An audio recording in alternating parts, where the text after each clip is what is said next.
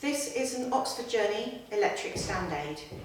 Before using any equipment, we need to make sure we do all of our safety checks. We need to check that the wheels are all working, that there's no damage on the piece of equipment, that everything looks like it's in working order. We need to refer to the moving and handling plan, and we need to be dynamically risk assessing during using this piece of equipment. With an electric stand aid, a patient does still need to be able to wait there, but they do have a little bit more assistance from this particular piece of equipment. So this piece of equipment is nice and adjustable. It has a lever here which you can move down to make it go onto the small setting. It can then be brought up to the medium setting, and it can also be lifted up to the large setting. The shin pads are adjustable, and there's two levers on the side there that can be moved upwards, like so. And then if I get in my nice safe stance, I can just push down or pull up the shin pads just to the desired level. With this piece of equipment, the safe working load is 155 kilograms, and you need to check that it's within date with the Lola sticker there. And the Lola is the piece of legislation that involves the servicing and maintenance of all the equipment. So I can see that it's within date on there. It also has a foot plate which is removable, so can be used in a more of a rehabilitation setting as well. It also has an emergency lowering function here, so you just pull that upwards and it lowers with the patient's weight. And we have an emergency stop button which can be pressed if needed in an emergency, and it can be released just with a little turn. We're going to have a look at using the transport sling with the Oxford Journey. So when applying the sling, as the same as any full hoist sling, we just place the back behind the patient, and I'm keeping in my fab stance as I push the back of the sling down the back of the patient. I'm also going to encourage the patient to put their own belt on. So there's one piece there, and a little bit. And the piece is just there. Okay. So encouraging the patient to be as independent as possible, and making sure that the back of this sling is down towards the bottom in the chair, and then you need to bring the sling legs around the hips and under the legs. To help you do this, you can use a slide sheet mitt on the Mediquip Standard Stock Catalogue, and all you do here is start to bring it around the hip, okay, making sure that seam is nice and flat around the hips, and then coming over to the other side, same here. So keeping in my back stance again, making sure that that just comes around the hips of the patient. And this part can be a little fiddly. It's important to get that leg of the sling in the right position.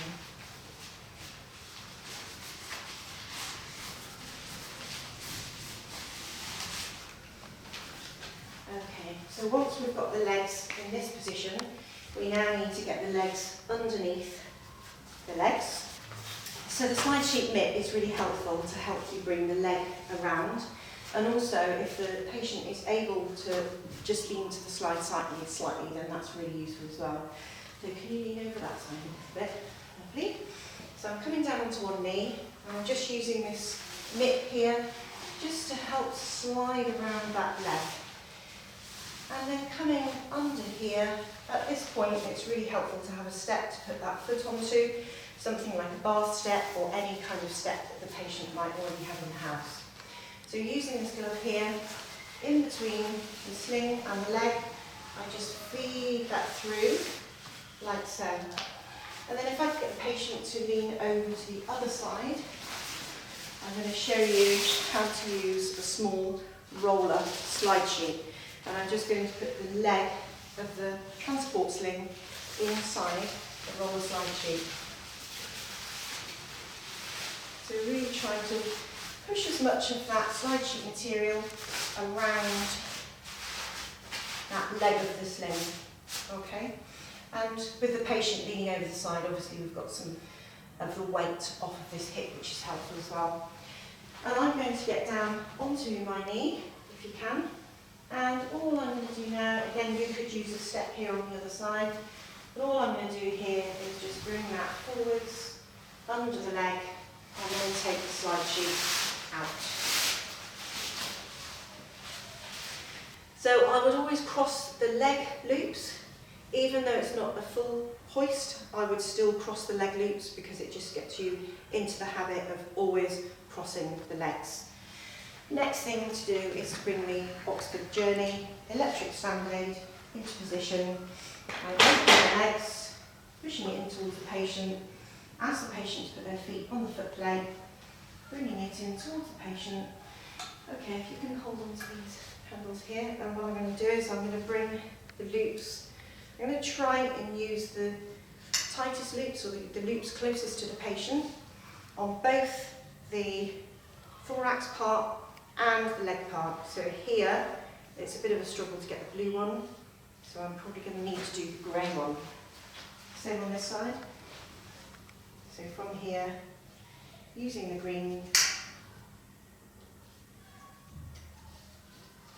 and using the grey. Okay, so making sure everything's in place and you're talking to the patient. Make sure the brakes are off. It's really important the brakes are off, and then as it lifts the patient, there's a little bit of movement as the centre of gravity changes. Also, it's important the patient knows to weight bear, to push through their feet to stand up, and this transport sling will actually give them a bit of assistance around the thorax and also in between the legs. Okay.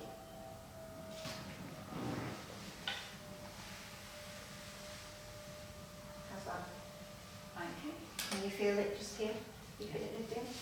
So it's good to keep an eye on these legs of the sling there, because we don't want them going up too much into the genitals and causing injury. Okay, so once we're ready to go, just gently ease the patient away from the chair. And you can close the legs if you need to, a little bit easier for transportation. And then moving around towards the bed. With your risk assessment, it may say this requires assistance of 1 or assistance of 2, and that would have been risk assessed by whoever provided this piece of equipment. They will also have written a moving and handling plan with a safe systems of working for this particular patient. So from here, we're just lowering down nice and gently. And you can see how it moved then. And then from here, we're just going to be removing the loops. And just remind your patient to just keep sitting forwards so that they're not relying on this sling. Okay. And removing the legs as well. And then nice and slowly moving the piece of equipment away, making sure that they move their feet off of the foot plate. And then we can remove the sling, so we can, from here, we can uncross the legs, we can roll the leg sling fabric underneath itself and up underneath itself so that we're not pulling it out of the way. You could, if you needed to, you could use a slide sheet here just to help you bring it away as well.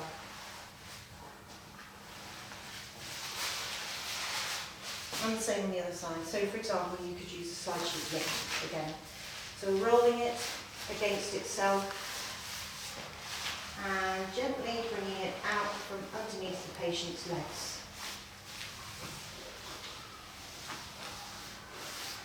And then just getting the patient just to sit forwards a little bit, which will just help bring it around at the back, and then ask the patient to take their belt off if they can.